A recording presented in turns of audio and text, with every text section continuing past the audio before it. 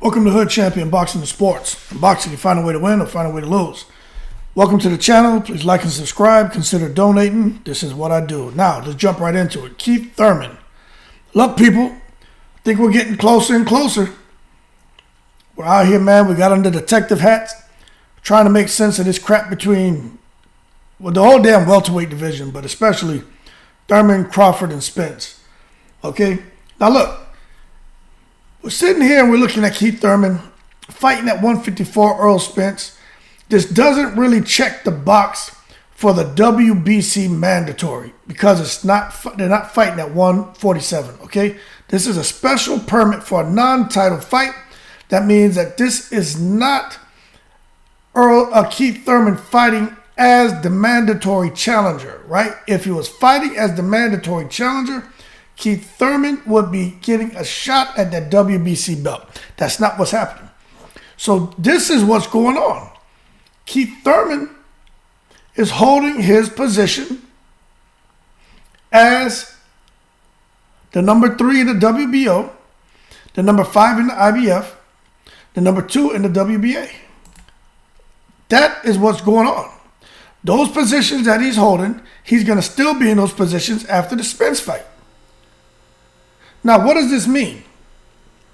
Well, not really sure. But if he beats Earl Spence, I would have to think that this could put him in a very good spot for something. I haven't solved that part, right? But let me see if I can show y'all something. Okay, so we know Keith Thurman's not going to lose his position in any of these. But let me see if I can pull this up for you, okay? Let me expand this for you, all right?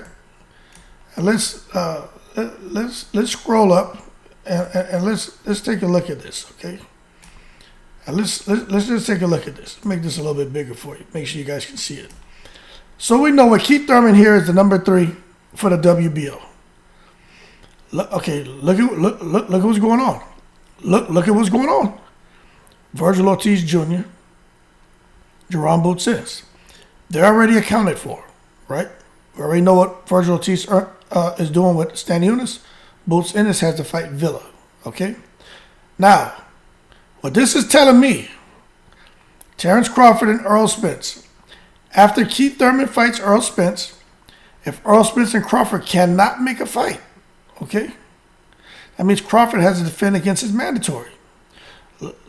So let's take a look here. Keith Thurman may somehow, right, because he's going to be busy with Spence. Crawford's going to be fighting around that time. So Crawford will probably pick up a fight here against Rocha. Blair Cobb, Ugas, something like that. But Keith Thurman could be in line to get a shot at whoever's holding that WBO belt. Okay?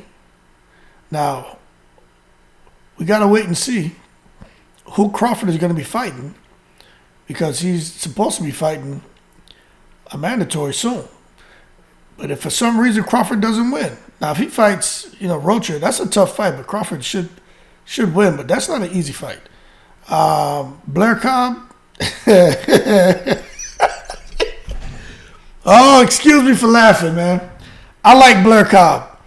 But if Rocha can get Blair Cobb out of there, I think Blair Cobb will have some moments in there against Terrence Crawford. Let's just be real. Although as quirky as he is, he can fight, man. Will he beat Crawford? I don't know. But what I'm saying is, then he got Ugas. But Keith Thurman is still there. He's still in the mix. Okay?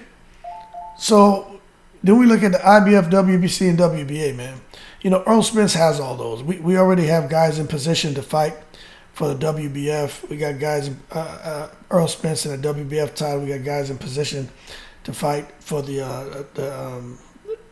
WBC after Keith Thurman. That'll be whoever Cody Crowley fights, and if he can beat him. But they'll have to wait a while. Then you got the WBA. They're already in line with their guys to move up and fight for the WBA title. Now, if Earl Spence leaves the division, then all these belts become vacant, and everyone's already in position for the IBF, the WBC, and the WBA to go and fight for the IBF World Welterweight Championship, the WBC World Welterweight Championship, and the WBA. Do you guys see that? People are already in line to fight for these titles. So if Errol Spence says, I'm not going to fight at 147, which I don't anticipate him doing, they already have people in position to fight for those titles. That's not made up. That's what these sanctioning bodies have done. They've postured their guys. They got them in position so that when someone says fire, they can blast off and put these guys in these title fights. Okay? Now, when you come over here and take a look at the WBO, if Errol Spence, like we used to say, if he pulls chocks, right, and he leaves the division, that means Ortiz and Boots Ennis, they automatically fall out the WBO because Ortiz is going to be over here fighting for the WBA. Boots Ennis already beat out the WBO because he's over in the IBF. He just won a title, right? That means Keith Thurman is going to be the number one. That means Keith Thurman and Terrence Crawford, as far as a mandatory, if he hasn't agreed to a fight with his mandatory, whether it be Rocha, whether it be Santillan or Blair Cobb, if he hasn't agreed to a fight, Keith Thurman could potentially come out of a fight with Errol Spence and go into a fight with Terrence Crawford. Now, when we talk about stuff going on behind the scenes, we talk about these sanctioning bodies. We talk about what in the world will make Keith Thurman take a non-title fight at 154. You know, when you look at it, this could be something that was discussed and agreed to and promised to Keith Thurman. See, we're getting closer. We're getting closer. But what I'm saying, right, it's just a lot of brainstorming out loud. And, you know, I feel comfortable doing that with you guys. We're all on kind of in this together trying to sort things out. But one thing that's a fact is Keith Thurman, his position across these sanctioning bodies does not change. I mean, I could sit here all day and spin my wheels trying to make sense of it. That's all subjective in my opinion. But the one thing we know is a fact. That's a damn non-title fight. That means Keith Thurman. The WBA is still number 2. The WBC is going to still be the number 1. The IBF, he's going to still be the number 5. And for the WBO, he's still number 3. And when the dust settles, all the boxes checked for the IBF, WBC, and WBA as far as opponents already paired up to fight. Just in case Errol Spence bounced, they'll already be in position to fight for these titles. The WBO, Keith Thurman is right there. So I'm telling y'all, man, again, if the fly on the wall could talk, then I could give you something definitive. But I'm just sitting here taking a look at it, trying to make sense of it. Hey, don't be surprised if Keith Thurman, man, goes back-to-back fights from Errol Spence to Terrence Crawford. And don't be surprised if he beats them both. I know someone right now is cussing at the damn iPhone or the computer screen saying, man, you're crazy. Keith Thurman's going to get washed by both of them. I'm just saying. It's not the best fighter that wins. It's the boxer who fights the best on that night. And we don't know what's going to happen. We don't know where Errol Spence is mentally, physically, spiritually. You know, to me, you get in that ring and he already kind of mentally checked out. You know, Keith Thurman, who could be mentally checked in, man, it could be. I'm telling you, it could be one of the biggest. A lot of people call it one of the biggest upsets in the welterweight division. But for me, I wouldn't call it such a huge upset because we know what Keith Thurman can do. And we know some of the challenges he's had since his inactivity. But we know we know Keith Thurman is a thorough fighter. We know the kind of cloth that man is made from. He's not just going to quit. He's never been knocked out. There's a reason. And we could talk about the Errol Spence onslaught, the body attack. We can talk about all that. And that's valid, right? That's worthy of discussion. You know, Keith Thurman in the body, you know, obviously there's something not right there. And we know what Errol Spence brings to the table when it comes to that body attack. But we know for him to go to the body, that means that he has to go downstairs and make some vulnerable upstairs. And we know Keith Thurman can get out the way, and then he can stop on the dime and fire off shots. And he hits hard enough. And anyone gets caught in the top of the head, your equilibrium goes. It just takes one shot from Keith Thurman. He was hitting Mario Barrios with shots that didn't seem that hard, but catch him on the top of the head and had Barrio dancing salsa in the ring. So Keith Thurman still has the power. It only takes one to get you hurt and to get your body to kind of lose control. And then Keith Thurman, he has the strength and the stamina to converge on you and try to get you out the ring. And I think if he can buzz Spence, I think Keith Thurman may have something. And I'm not going to sit here and say that that's an unrealistic possibility. No, I think that could happen. Okay? I really do think that could happen. That's tantamount to Juan Manuel Marquez knocking Pacquiao out cold. No one ever thought Marquez would knock Pacquiao out cold. But what happened? Pacquiao, man, made a mistake.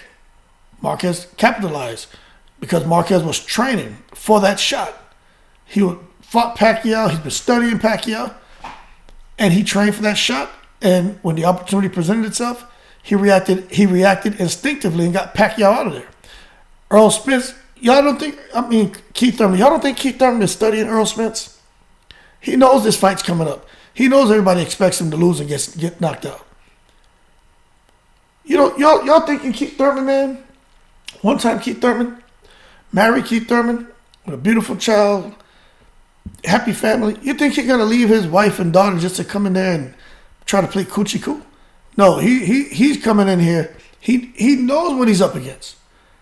He's not gonna come in there, man, and decide to stand in front of Spence and sit there and let Spence get those kind of shots off on him to where he just gets shut down within 6 rounds. I just don't think that. I don't think that's gonna happen. I really don't. It could be a case where he ends up running, or it could be a case where he lands a big shot, and then we see some people get their feelings hurt when Thurman beats Earl Spence. And I just have an open mind when it comes to it. A lot of people are going to sit here, man, and they're just not giving Keith Thurman a chance, but I don't see how you can do that. Okay? Even look how he came back against Pacquiao. Now, of course, Pacquiao and Spence are not the same fighters. But, you damn near have to kill Keith Thurman. Now, he's not just going to quit. But if you can beat him, you can beat him. If you knock him out, you knock him out. And he's okay with that. But I just can't see Keith Thurman not putting up a valiant effort. And I think his effort will be greater than the effort Ugas put forth. Because Ugas is, I think, too nice of a fighter. But I think Keith Thurman, if Ugas was hurting Spence in that fight with that straight right hand, first of all, Keith Thurman's not going to stand in front of him. But if Ugas could hurt Spence, say what you want, Keith Thurman can hurt him. If Sean Porter can hurt Spence, Thurman can hurt him. If Danny Garcia can hurt Spence, then Thurman can hurt him. That's all I'm saying. Good fight. Looking forward to it. But don't be surprised. Got to understand what's going on here. If Keith Thurman somehow finds himself in the mix with Terrence Crawford after Earl Spence, if Crawford doesn't commit to one of these names as a mandatory defense. But there's still more to come on that. But that being said, and that could be why Crawford is just sitting back in the breeze and all he's posting on the internet is, yep. You see what I'm saying? Crawford knows there's something going on. He knows some shady stuff going on. But see, we're not getting the whole story. That's frustrating. But I just wanted to bring that to you. Keith Thurman, he doesn't lose his positions. So don't be surprised if something crazy happens with him and that WBO and Terrence Crawford. That's all I'm saying. But that being said, more to come. Y'all keep cool. Shout out to the veterans. I'm in the breeze.